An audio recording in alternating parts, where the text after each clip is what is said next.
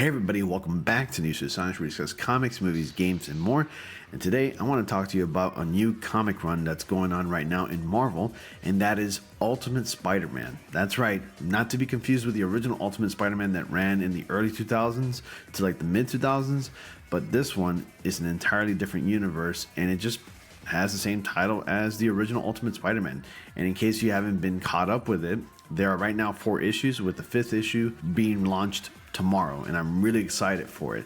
So before I get started, just be sure to like, comment, subscribe, click on the bell notification so y'all don't miss anything. Join my Discord. Invitation link to that is in the description, along with the rest of my social media, which you can also find in the description box below. So what I have here today is I'm going to be reading to you the preview for Ultimate Spider-Man number 5. It does have a minor spoiler, but it kind of reveals where a certain character has been the entire time, which basically they've been absent.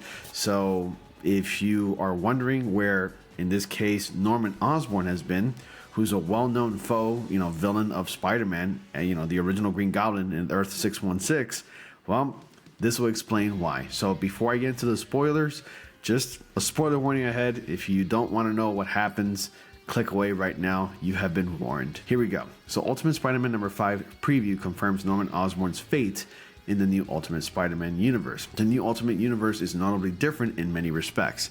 The Ultimate Spider-Man series has highlighted many of these changes from Earth 616 and the original universe. A preview of the latest issue reveals another major change regarding Spider-Man's greatest enemy, Norman Osborn, aka the original Green Goblin.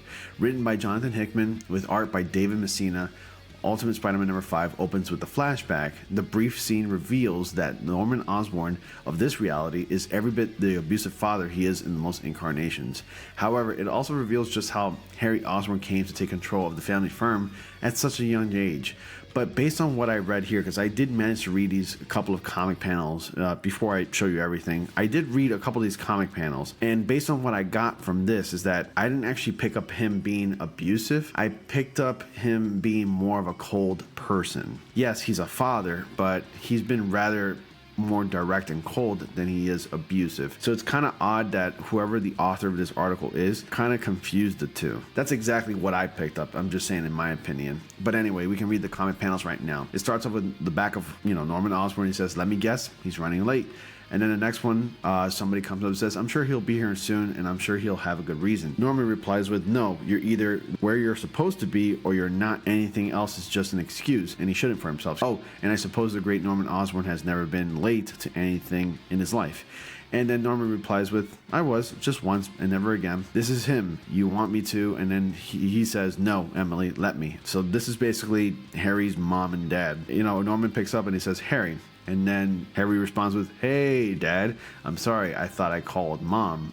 Where are you?" And then a couple of blocks away, Harry Osborn's just a few blocks away. "Harry, I know, I'll be there in 5 minutes. Son, you know where you're supposed to be meeting with, and I've stressed how important today is. This is unacceptable." Harry responds with, "Look, I'm sorry, Dad. I'd tell you why I'm late, but it wouldn't matter, would it?" Norman replies with, "No." "Okay, well, I'll be," and then Harry, "Yes, Dad. What name do you bear?" "What? What name do you bear?" And then a brief pause.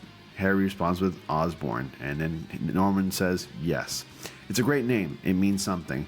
"Harry, do you know what my favorite memory of you is?" "Yeah, that time we played catch and..." "No. That's you, the little boy talking. And that memory, it's the memory of a child. My favorite memory of you is the day you finally started acting like a man, like an Osborn. The problem is, it hasn't happened yet." And then, you saw probably the fate there briefly when I scrolled down. "We're all waiting for you, Harry. How long are you going to make us wait? How much longer am I going to?" And then it just cuts off and there's a blast right there. So in case you haven't noticed, this takes place in a universe where a lot of the superheroes don't exist. And Spider-Man's just one of the few. At least he becomes Spider-Man in these issues, not in this number 5, but in this series. He just becomes Spider-Man in his 30s. And it's a really interesting concept. I really urge you to read it because it is so good. And then the panel ends with, Harry just shocked with his eyes wide open. And then Ultimate Spider-Man's Green Goblin is explained. He's really portrayed more of a hero than he is a villain. And it says here that the new Green Goblin is introduced in Ultimate Spider-Man number 3. He was a figure of mystery from the beginning. Being a hero rather than a villain, he and Peter Parker joined forces to fight the assassin Bullseye and investigate the Kingpin Wilson Fisk. By the issue's end, the Green Goblin revealed himself as Harry Osborn after using his tech to to unmask Peter. The two heroes met socially in an Ultimate Spider-Man number 4. This issue established Harry as a business magnate who was married to CEO Gwen Stacy. However, nothing was said directly about Norman Osborn or whether Harry worked for his father. The preview pages implied that Harry took over Oscorp after the death of his parents. However, this is much about Harry and the Green Goblin that is still unknown. The biggest question is if Norman had developed the Green Goblin armor and glider, and if Harry discovered it after his death. This is how events played out in Earth 616, where Harry followed in his father's footsteps as the Green Goblin. Harry may also cross a line in his dealings with the Kingpin and become a villain in earnest. So Ultimate Spider-Man number 5 arrives in comic shops everywhere on May 29th, 2024. And that's tomorrow, and I'm definitely going to be picking up my copy and the variants that follow tomorrow, and I'm really excited for that. I urge you to pick up this series because it's a really good read. There's even moments where like there's some downtime in some of the comics. In particular, issue number 4 right here, there's a lot of downtime where Spider-Man does not show up in this, and it's just Peter Parker, MJ, Gwen, and Harry just sitting around having dinner, drinking some wine and champagne, and just talking. And I've never read a comic like that where it's just actionless, but it's really engaging conversations. But these are the issues that are out right now. Right now, they're releasing at least one issue a month. It's a little slow because I'm always excited for the next one. And finally, the next one, number 5, is going to be releasing tomorrow. I don't know how many issues are planned for this run, but so far I'm enjoying it. The writing and the artwork is just beautiful. I urge you to pick it up. All of these are variants with the exception of the latest one, number 4. Believe it or not, the originals are extremely difficult to find as they get sold out immediately the moment they hit the comic shelves. So, like, you know, for instance, this is Ultimate number 1 variant edition, but I like this one because it has like that 90s retro vibe look to it.